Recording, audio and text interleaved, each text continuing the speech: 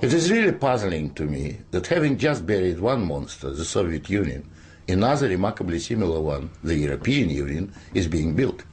Exactly what is the European Union? Perhaps by examining the Soviet version we can get the answer. The Soviet Union was governed by 15 unelected people who appointed each other and who were not accountable to anyone. The European Union is governed by 24 people who appoint each other, meet in secret, and are not accountable to anyone, and whom we cannot sack. One might say that the EU has an elected parliament. Well, the Soviet Union had a parliament of a sort too, the Supreme Soviet, which just rubber-stamped the Politburo decisions, pretty much like the European Parliament does, where speaking time in the chamber is limited within each group and often amounts to 1 minute per speaker. In the EU, there are hundreds of thousands of bureaucrats with their huge salaries, their staff, servants, bonuses and privileges, their lifelong immunity from prosecution, which is simply shuffled from one position to another, no matter what they do or fail to do. Is this not exactly like the Soviet regime? The Soviet Union was created by coercion and very often with a military occupation. The European Union is being created admittedly not by armed force, but by coercion and economic bullying. In order to continue to exist, the Soviet Union spread itself further and further. The moment it stopped spreading, it started collapsing. And I suspect the same is true of the European Union. We were told that the purpose of the Soviet Union was to create a new historic entity, the Soviet people, and that we must forget our nationalities, our ethnic traditions and customs. The same seems to be true of the European Union. They don't want you to be British or French. They want you all to be a new historic entity, European, to suppress all your national feelings and live as a multinational community. After 73 years, the same system in the Soviet Union resulted in more ethnic conflict than anywhere in the world. In the Soviet Union, one of the grand purposes was the destruction of the nation-state. And that's exactly what we observe in Europe today. Brussels intends to absorb nation-states so that they should cease to exist. Corruption was built into the Soviet system from top down, and so it is in the EU. The same endemic corruption activity that we saw in the old Soviet Union has flourished in the EU. Those who oppose or expose it are silenced or punished. Nothing changes. In the Soviet Union, we had a gulag. I think we have a gulag in the European Union also, an intellectual gulag known as political correctness. When anyone tries to speak their mind on questions of race or gender, or if their views differ from those approved, they will be ostracized. This is the beginning of the gulag, the beginning of your loss of freedom. In the Soviet Union, they told us we needed a federal state to avoid war. In the European Union, they are telling you exactly the same thing. In short, the same ideology underpins both systems.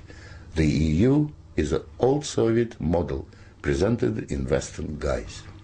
But again, like the Soviet Union, the European Union has within itself the seeds of its own demise.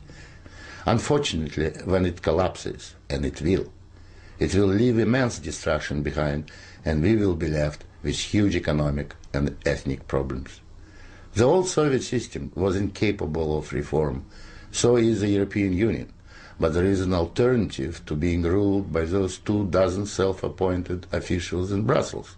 It is called independence. You don't have to accept what they have planned for you. After all, you have never been asked if you wanted to join.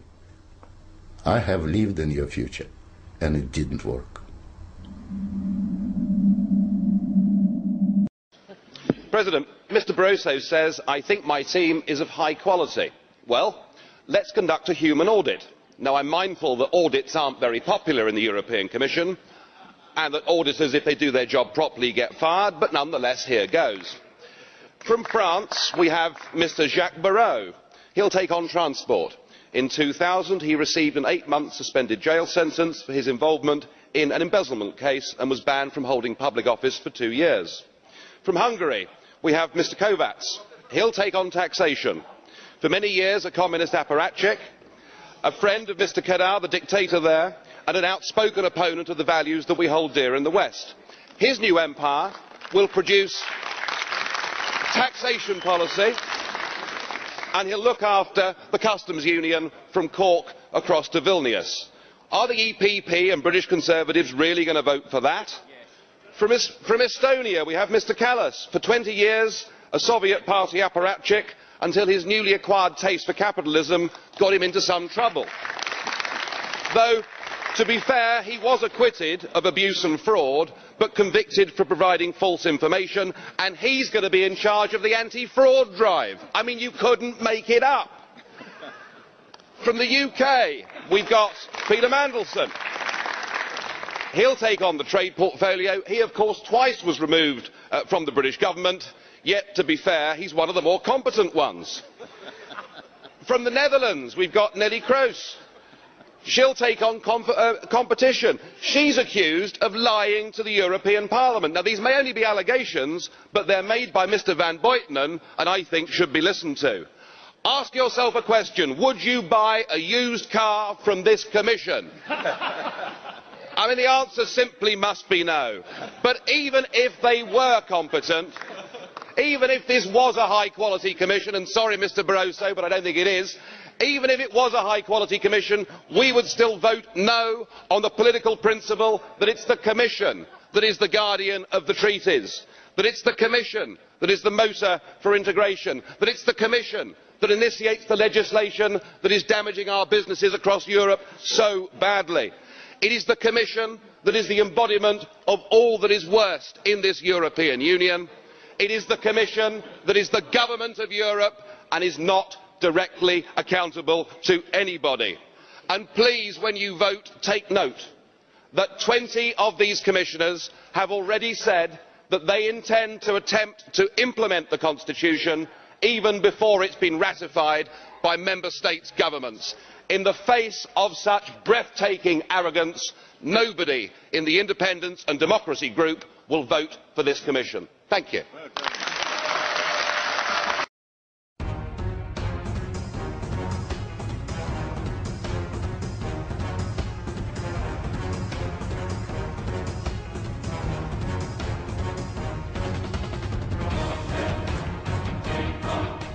What the European Parliament is engaged in here today with this debate and subsequent vote is nothing less than a massive exercise in deceit.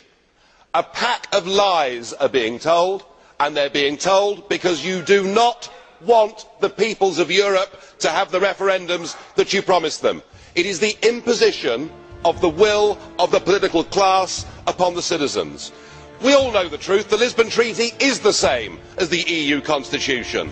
Exactly the same number of new competences, exactly the same number of surrenders of veto. It is virtually identical in every regard, and it is constitutional because it gives this European Union a full legal personality, but worse still, it gives it the ability to amend itself in the future without having to refer to more intergovernmental conferences. It gives the EU the ability to legislate over literally every single aspect of our lives.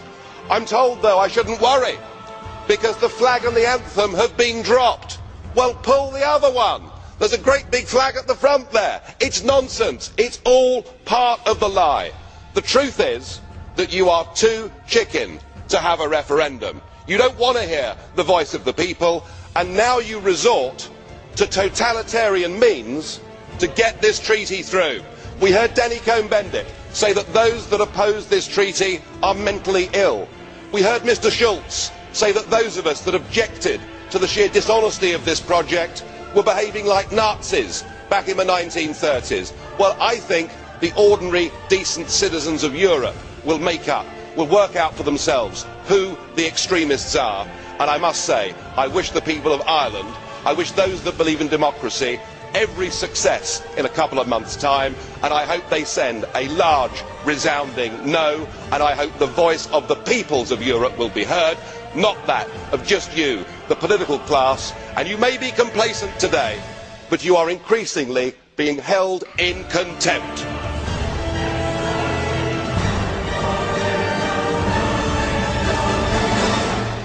Sarkozy's mini-treaty will now be around 3,000 pages instead of the 560 pages in the rejected constitution. The majority has the right to endorse the treaty, but you have no right to refuse a normal parliamentary scrutiny of this Lisbon Treaty. I have asked more than 700 serious questions on the interpretation of the different articles. You don't know the answers. You approve secrecy instead of transparency. You approve a reduction of parliamentary democracy instead of insisting on this Parliament's right to represent our voters, scrutinise on behalf of our voters, question the executive on behalf of the 500,000 citizens we represent. Thank you, Mr. President. Well, it's evening. It's been a very long day. We've been protesting in this Parliament, as you know, for months against the Lisbon Treaty, the Constitution, being pushed through without the referendums that previously people were promised.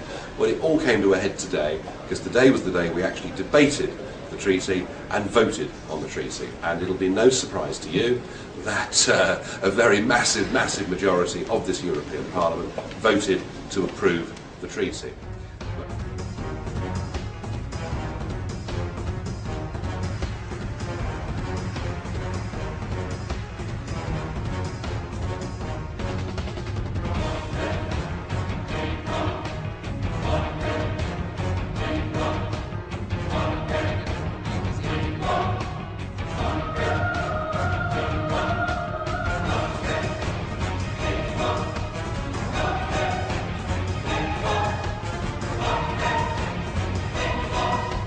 We'll vote. The vote is open.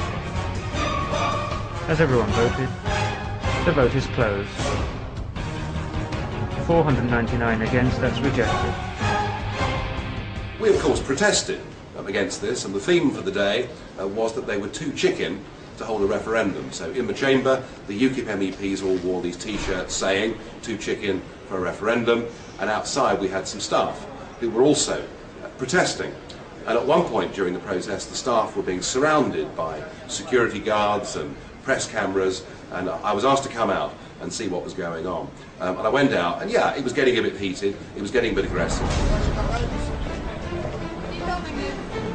Yes.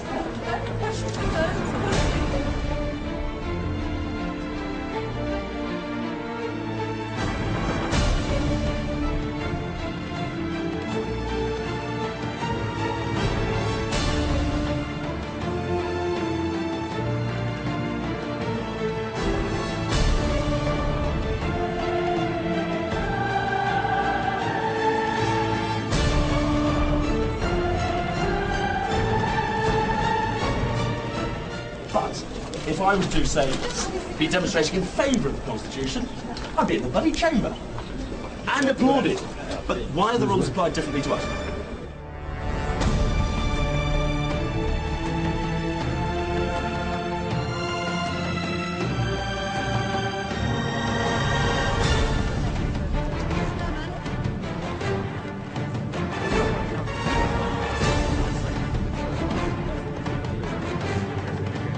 Can't wear a chicken costume anywhere in the EU anymore. No one's been arrested. Maybe it's in the treaty. No. But we don't have to. Not yet. They will be. If you're agreeing, you can protest. Everybody has to sign it without. There's any issue you like in this Parliament, and that's fine. You can wear death masks and protest against nuclear energy. All of that's fine. But if you criticise the European Union and want referendums in member states on this treaty, they will fine you, they will arrest you, they will do God knows what. And in the middle of all of this, one of the veteran correspondents who's been here for 20 years, a man by the name of Jim Gibbons, who does clips and outtakes for the ITN network across the country, interviewed me and asked me what was going on, and I said that the treaty was going through and that they were beginning to behave in a totalitarian manner, that we've been accused of being mentally ill, we've been accused of behaving like Nazis, and this from people who call us the extremists. Well, that was the interview, and you would have thought that was fine. As I turned my heels and walked away, the head of the European Parliament's audiovisual service turned to this veteran journalist and said, "I don't want you to use that clip. Parliament services, meaning the cameraman, are not here to record dissent." It was a deliberate attempt to censor what was put out from this place. Now, fortunately, a correspondent, a senior correspondent from the BBC was close at hand, and she said, well, if that's how they're going to behave, if they're going to regulate our input, the BBC will withdraw from the European Parliament. Well, since that time, there's been a climb down, and the audiovisual unit have apologised and said they simply overreacted in the heat of the do what you like. But if you criticise the European Union, and in particular, if you criticise them for breaking their promises not to put this constitutional treaty to a referendum, you get treated badly. These people are being carted off. We've got members in there who are going to be tomorrow fined and suspended from the chamber. There's no opposition allowed. And frankly, they're using totalitarian tactics.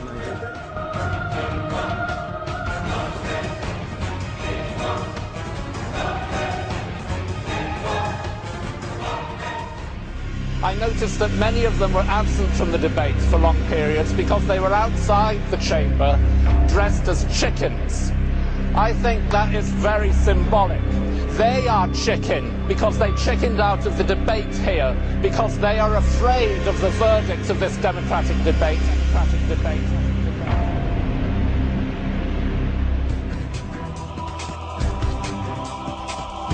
But I will tell you this, from what I've seen in this place over the course of the last few months, they are becoming totalitarian in their instincts. They cannot abide, they cannot bear opposition of any kind. It looks like we're going to be denied a referendum, I'm afraid, on this constitutional treaty, which means what we've got to do as a party is to get ourselves ready for the European elections in June next year, which may be the only opportunity we'll ever get to send a message.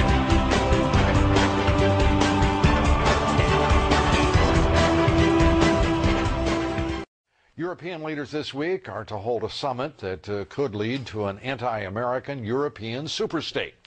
Unelected European elites want European nations to hand over what's left of their sovereignty to the European Union. Those elites want the European Union to become a superstate that would challenge U.S. global leadership. Kitty Pilgrim reports. European leaders are gathering and conspiring to form a power bloc to counter the United States, a European superstate set up by European treaty. But the leaders of Europe are doing it quietly, without putting it up for a public vote.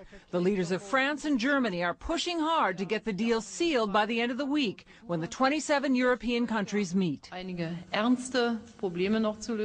We still have some serious problems to solve before the Council, and an agreement will be possible if people are ready to compromise. Some say this attempt to counter U.S. dominance in world affairs is dangerous. The United States must not underestimate how far the elite-driven European Union has set itself up to be a counterweight to the United States. The French minister himself came out and said, America is so powerful, they're a hyperpuissance, they're a hyperpower. We need something to balance them on the world stage. 2 years ago, the European Constitution was ratified by more than half the countries, but defeated by the public in no votes in a French and Dutch referendum. Britain was also against it.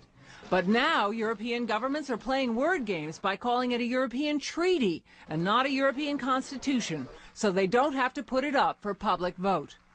Adding to the intrigue, there are rumors of a secret deal between Prime Minister Blair and French President Nicolas Sarkozy, who met privately at a French restaurant last month. Leading to speculation, the French president offered the post of European president to Blair in exchange for quelling any opposition to the deal from the British public. Now, Europe on the surface looks more friendly to the United States. The new leaders, Angela Merkel in Germany, Nicolas Sarkozy in France. But the subtext of this European treaty is clear. European leaders want to set their own agenda apart from American policy. Lou?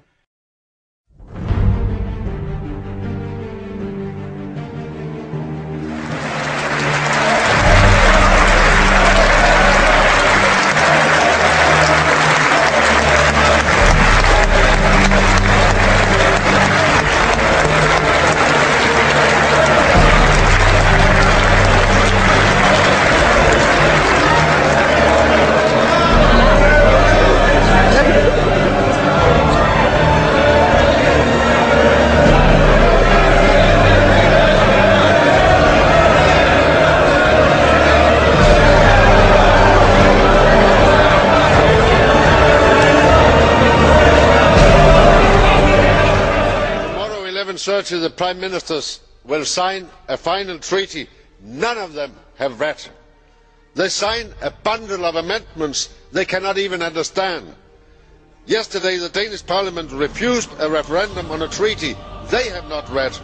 They breach the Danish constitution and may be brought for court to have a referendum. Don't read, sign is a cynical moral.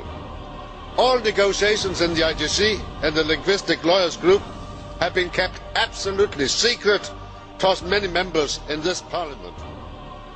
First, they undo 2 referendums rejecting the Constitution. Then they negotiate in secret and keep the content under a new name. The Lisbon Treaty will dissolve the existing EU, establish a new state with joint citizenship, legal personality and all tools of nation states. Most laws will be adopted by civil servants in secret. Democratic deficit will grow. My group proposed to cancel the signature until you have finally read the final text. Thank you, President. Ich möchte als Fraktionsvorsitzender eine Sache diesem Hohen Haus zur Kenntnis bringen. Es ist nicht üblich, aus der Konferenz der Präsidenten zu berichten. Aber Sie sollten sehr wohl wissen, meine Damen und Herren, Kolleginnen und Kollegen, dass der einzige Fraktionsvorsitzende, der in der Konferenz der Präsidenten darum gebeten hat, eingeladen zu werden, um an der feierlichen Unterzeichnung des Vertrages in Lissabon teilnehmen zu dürfen, Herr Bonde war. Ich glaube, das Hohe Haus sollte das wissen. Kein anderer Fraktionsvorsitzender hat darum gebeten. Herr Bonde, der hier so rumschreit, wollte unbedingt dabei sein, wenn es um die Unterzeichnung des Vertrages geht. Also, ich denke, das ist einer der Doppelstandards, mit dem wir hier leben müssen. Und eine andere Bemerkung, die ich machen möchte, ist die: Ich habe als Schüler in einem deutschen Gymnasium gelernt, dass im Reichstag der Weimarer Republik es eine Strategie gab, den politischen Gegner niederzuschreien, und zwar chorweise. Die Fraktion, die das dort eingeführt hat, war die Fraktion von Adolf Hitler. Heute habe ich mich daran erinnert gefühlt. Vielen Dank. Shouting down representatives of Parliament, Commission and Council during the signing ceremony was intolerable and must not be tolerated. It brings the worst of the football stadium into Europe's highest chamber and recalls the actions of the communists in the Russian Diet and the National Socialists in the German Reichstag. My formal request, Madam President, is this. My group demands that in future the Presidency use the powers granted to it under our rules of procedure to evict from the chamber members behaving in that fashion. Aux collègues, ne dramatisez pas trop. S'il y a 50 fous dans une salle, il y en a 700 qui sont cons, et ne faites pas une histoire d'État parce qu'il y a 50 débiles mentaux qui ont dérangé ce qui s'est passé tout à l'heure. Calmons-nous, calmons-nous, et Graham, ne demandons pas la sortie physique. Je crois qu'un Parlement libre est un Parlement qui supporte des fous, même s'ils sont désagréables. I took part in a peaceful manifestation against a celebration of a charter which is part of a constitution where I cannot even get the consolidated text and see the relevance and the meaning. And you cannot as well. What you are going to sign tomorrow is a treaty none of you have read simply because it's not possible to read it. You conquer our voting time to celebrate a victory over democracy, and therefore I will not attack my colleagues. But I have to say to Mr. Schulz, I did not take part in crying. I understand it entirely, but we have in Denmark a different tradition. So I was there with my T-shirt calling for a referendum, and I think all of us should call for a referendum. This is the democracy norm you are defending. Thank you.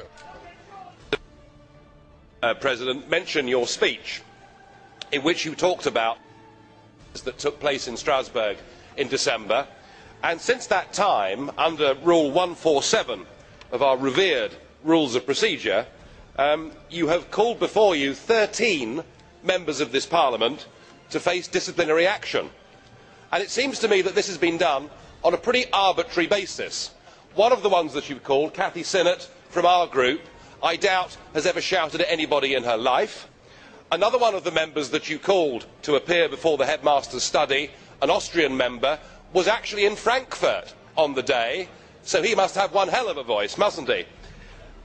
And I ask, why only 13?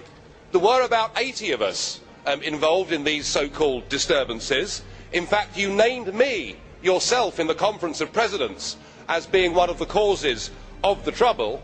So why am I not being punished? I'm Spartacus.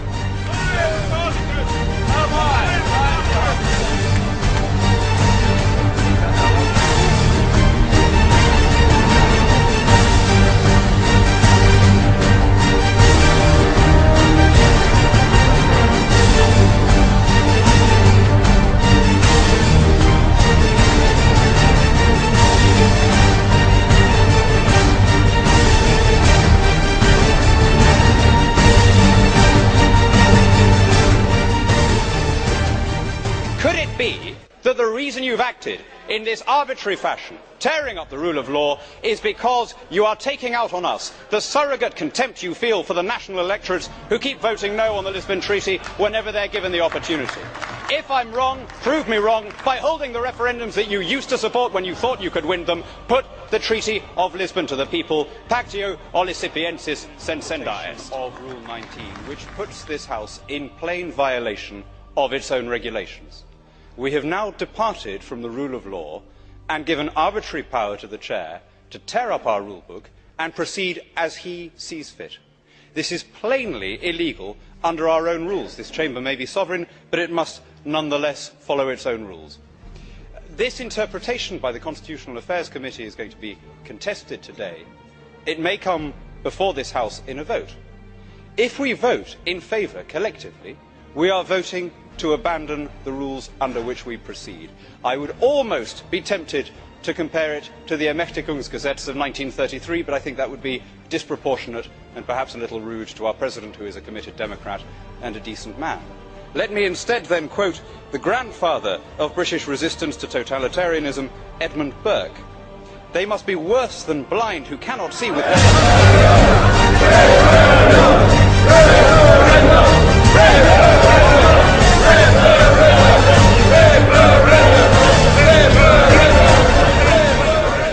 to call this a debate because the Minister didn't tell us any of the substance of the negotiations. But of course there is no debate, is there? No debate in the national parliaments, no informed opinion in the press, no debate at all. And why? Because this whole treaty is being put together in secret. And that is being done because you don't want to involve the citizens of Europe. You're fearful that the more they find out about your grandiose plans, the more likely they are to vote no. And what's worse still is the downright dishonesty with which this whole process is being pursued.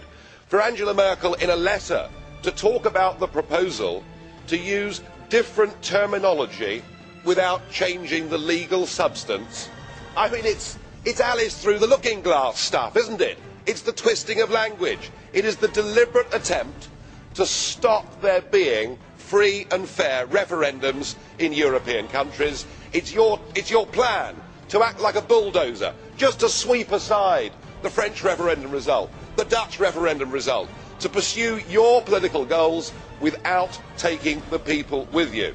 Well, I've no doubt you think that you're going to get away with it. But if you're proud of your European project, if you're true Democrats, then you join me in the call for let the people decide their own future, don't foist it upon them. Join me in the call for let the people decide their own future, don't foist it upon them. For let the people decide their own future, don't foist it.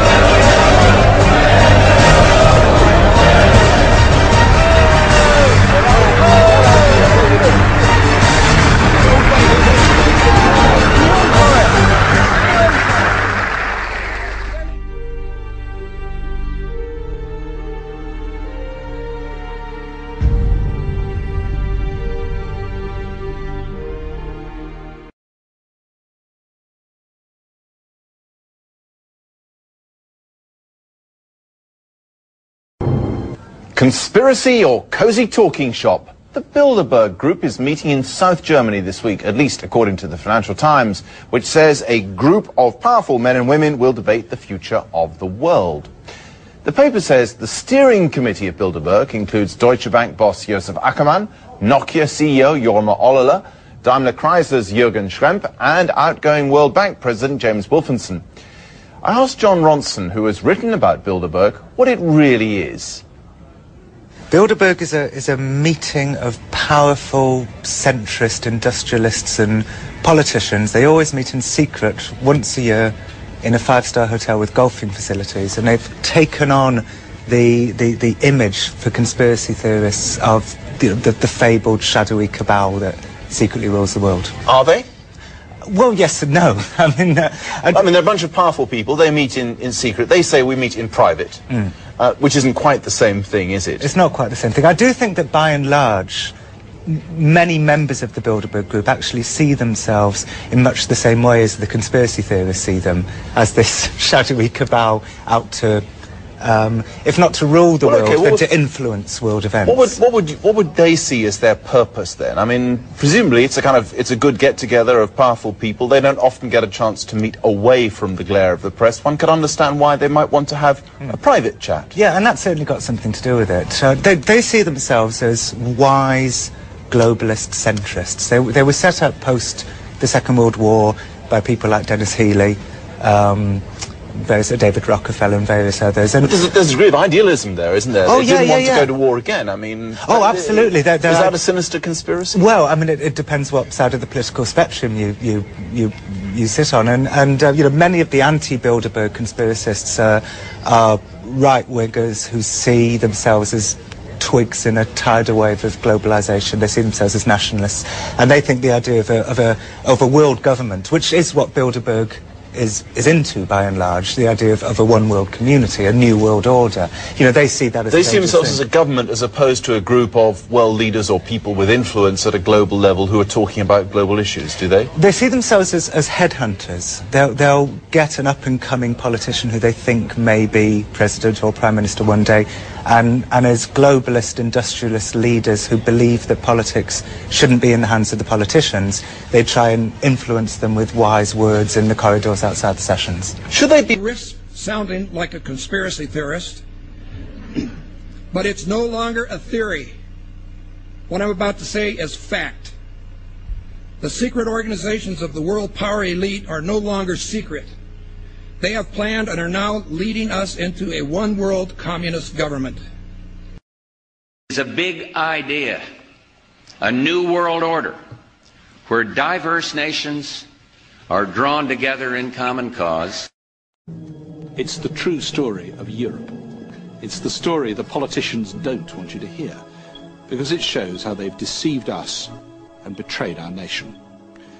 Only in 1994 did Chancellor Kohl's foreign policy spokesman, speaking on behalf of the ruling party of Europe's dominant nation, Germany, clearly reveal the true plan. The plan is to create a federal European superstate.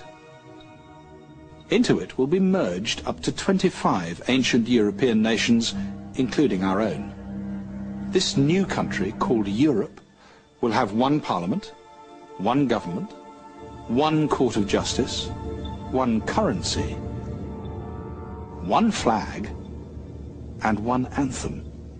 That has been the plan all along. But those who favoured it knew the people of Europe would never accept it. They would never willingly surrender their freedoms to become just a province in a vast European superstate. So what did the politicians do? They conspired to keep the truth from the people. From 1973 onwards, the slow but consistent transfer of power from Westminster to Brussels through successive treaties our own politicians signed became known as the acquis communautaire. It was nicknamed the ratchet, for once powers had been given to Brussels by the member state, they could never be returned. Initially I thought, like everybody else, that we had joined a common market, and what could be nicer and more friendly and sensible and economically wise to do. But since then, in 1975, when we had the vote to remain in that, so we were told, it's become one or two things further than just a common market. It then became, a few years later, a European Economic Community, then a European Community. It's now the European Union, with all sorts of controls and restrictions, regulations, and we're fast approaching, via this new constitution, something that the French have already named potentially a United States of Europe. And I'm not at all sure that that's what I and many others voted to join back in 1975. In black and white, the draft constitution wording confirms Brussels will exercise competence and primacy over member states' own laws. For the British, this will mean being stripped of any remaining independence, losing control over our foreign policy and armed forces, the handing over of our legal system and law enforcement to the European Union, the scrapping of the pound sterling to be replaced by the euro, the handing over of our remaining currency and gold reserves to the European Central Bank, and the total regulation of British domestic and international trade by the European Union. For many years, and particularly recently, and I think it's absolutely essential for the strength of our economy. Rockefeller's role in the drive for an FTAA was a lot more central than he portrays. Rockefeller cultivated Latin American leaders who could be counted on to support such a proposal. Both the 1994 Miami Summit and the FTAA proposal were conceived and nurtured by a Rockefeller-created network. Prominent among the organizations sponsoring the Miami event were the Council of the Americas, founder and honorary chairman David Rockefeller, the Americas Society, chairman David Rockefeller, the Forum of the Americas, founder David Rockefeller, the Institute for International Economics, financial backer and board member David Rockefeller, the Trilateral Commission, founder and honorary chairman David Rockefeller. Rockefeller's influence also extends to the current administration. He was chairman emeritus of the CFR when Vice President Dick Cheney once served as a director, a relationship that Cheney concealed during his congressional career. It's good to be back at the Council on Foreign Relations. As Pete mentioned, I've been a member for a long time and was actually a director for some period of time. I never mentioned that when I was campaigning for re-election back home in Wyoming. Before that, Simon Cox presents Club Class.